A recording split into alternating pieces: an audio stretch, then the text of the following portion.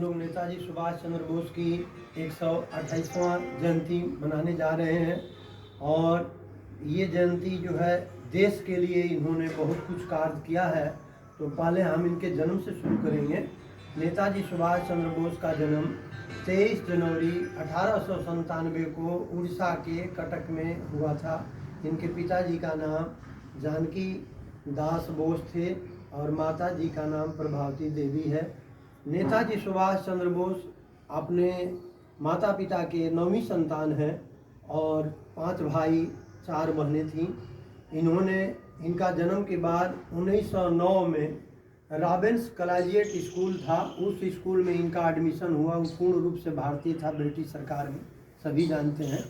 तो 1909 में एडमिशन हुआ और 1919 में जालियांवाला बाग जो चला, निहत्थे जनरल डायर ने जो है वहाँ फायरिंग कराया और देश की हालात देख करके इन्होंने अपनी पढ़ाई किया। पढ़ाई करने के बाद 12th करने के बाद नेताजी ने ICS का कमीशन लिया और कमीशन लेने के बाद उन्होंने नौकरी को त्यागा और देश को आज़ादी के आंदोलन में कूद गए। और उन्होंने स्वतंत्रता सेनानी के रूप में अपनी जो है बढ़ चढ़ करके, जितना देश के लिए कहा जाए उतना ही कम है। राष्ट्र के लिए, देश के लिए, अंतर्राष्ट्रीय नेताजी ने अपने जा कर के आज़ाद हिंद फौज का निर्माण किया जर्मनी में एक बर्लिन जगह है, बर्लिन में आज़ाद हिंद फौज का गठन किया। और 28 नवंबर 1941 को उन्होंने पूर्ण भारत की स्वतंत्रता के लिए प्रस्ताव किया कि भारत पूर्ण रूप से स्वतंत्र हो। प्रस्ताव पारित किया। उसमें नेताजी ने मांग किया हमारे की 4 मांगे रहेंगी। एक, हमको नेताजी सुभाष चंद्र बोस कहा जाएगा। जनगण मन राष्ट्र भाषा होगी, हिंदी हमारी राष्ट्र भाषा होगी।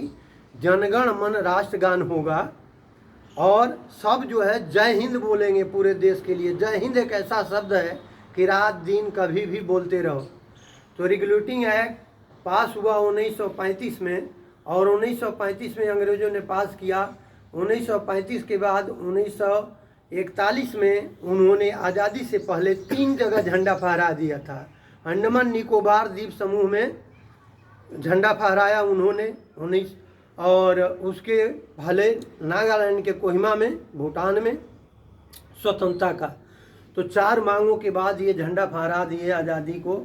और उसके बाद नेताजी ने British Indian navy INS memorial के नाम से जो बना था, वहाँ पर जो है अपने फौज में जो नौकरी कर रहे थे अपने इंडियन सिपाही ब्रिटिश के अंदर में, बोले कि हमारे आज़ाद हिंद फौज का गठन का निर्माण हो चुका है, तुम आओ और आ करके हमारे साथ सेना में करो, तुम लोगों को नौकरी मिलेगा।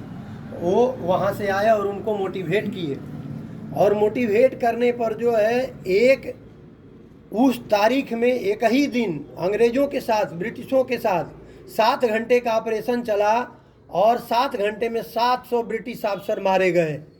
उनमें भय पैदा हुआ, कंपन हुआ। उन्होंने बोला कि भाई भारत को हम लिखे में कि वो 15 अगस्त 1947 को आज़ाद करेंगे, अब 15 अगस्त 1947 को आज़ाद कर दो। ये नेताजी की ही देन है जिसके चलते 15 अगस्त 1947 को देश आज़ाद हुआ है। और उन्होंने वो हमारे लिए जो है सब कुछ न्यौछावर किया। अपनी ICS की सर्विस को त्यागा और त्याग करने के बाद उन्होंने एक बार अंग्रेज कैद कर लिए तो उन्होंने भेष बदलने में माहिर थे। सलवार सूट पहन करके, कुर्ता पहन करके जियाउद्दीन के नाम से हिटलर जो जर्मनी का बादशाह था उससे मिले।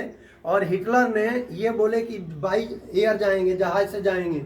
लेकिन उस जहाज में न जा करके हिटलर ने निर्णय किया कि हम आपको जो है जर्मनी से जापान भेज रहे हैं और पनडुब्बी के माध्यम से जाओ। तो पनडुब्बी में बैठ करके नेताजी का सफ़र जो है सक्सेस हुआ और जापान में जा करके जो आज़ाद हिंद फौज का गठन जर्मनी में हुआ उसका विस्तार जापान में किया। नेताजी के मन में एक विचार आया कि ये जापान के ऊपर हम कब आश्रित रहेंगे, तो हम अपनी फौज बना करके आज़ाद हिंद फौज का गठन कर दिए। और उस टाइम एक यूनिट बनाए महिलाओं के लिए भी, जो महिलाएं आज भर्ती हो रही हैं, सेना में जा रही हैं मेडिकल अफसर में, जिसमें 2 महिलाओं का नाम वर्णन है। वो जासूसी में, मेडिकल में हुई थी और जासूसी उस टाइम करती थी, अंग्रेज़ों की छावनी में जा करके पता करके और नेताजी को बताती थी। एक है नीरा आर्या और एक है चंद्रमणि, सरस्वती चंद्रमणि, उनका दोनों का नाम है कि वो इनको सिक्योरिटी देती थी, सुरक्षा देती थी। तो कहने का तात्पर्य यह है कि नेताजी भेष बदलने में माहिर थे और कूटनीतिक में महानता हासिल थी उनको कि भेष बदल करके कूटनीति में अंग्रेज़ों से बचना है, अंग्रेजी हुकूमत थी। तो इन्होंने अंग्रेज़ों की दास्तान से जा करके एक जनरल के ऊपर बम भी फेंका और बम फेंक करके जो है अपना सेना को आगे बढ़ाया। और इनका नारा सबको पता है कि सब इनका नारा था कि तुम मुझे खून दो मैं तुम्हें आज़ादी दूंगा। इनके आह्वान पर जो है माताएं बहनों ने अपना गहना तक जो है न्यौछावर कर दी, गहना तक न्यौछावर कर दी कि ये लीजिए बेच करके जो है, लेकिन हमारा देश आज़ाद होना चाहिए। तो इस पर एक कवि लिखता है कि नेताजी कहते थे कि यह साज रहे न समाज रहे, टूटही मड़ैया में राज रहे, आ माता के सर पर ताज रहे, मेरा हिंद देश आज़ाद रहे। तो इनके बारे में जितनी व्याख्या किया जाए या वर्णन किया जाए वो कम है। तो ज़्यादा न कहते हुए अपनी वाणी पर विराम देना चाहता हूँ और मेरे साथ सभी लोग 3 बार जय हिंद बोलेंगे और इनके मार्गदर्शन के रूप में सब अपने विचार प्रकट करेंगे कि इन्होंने कितना देश के लिए त्याग दिया।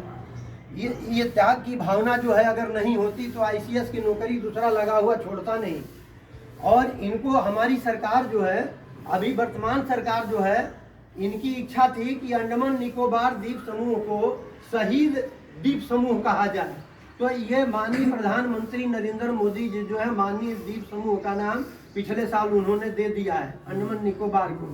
तो ये एक उपलब्धि हुई और इनकी आत्मा को संतुष्टि हुई और ये हमारे बीच में आज सबके बीच में ये जीवंत उदाहरण है और त्याग और बलिदान सिखाते हैं। तो इसी के साथ मैं ज़्यादा न कहते हुए अपनी वाणी को विराम देता हूँ। जय हिंद, जय हिंद, जय हिंद, जय हिंद। वंदे मातरम, वंदे मातरम, वंदे मातरम। भारत माता की जय, भारत माता की जय, भारत माता की जय। नेताजी सुभाष चंद्र बोस की जय, नेताजी सुभाष चंद्र बोस की जय, नेताजी सुभाष चंद्र बोस की जय।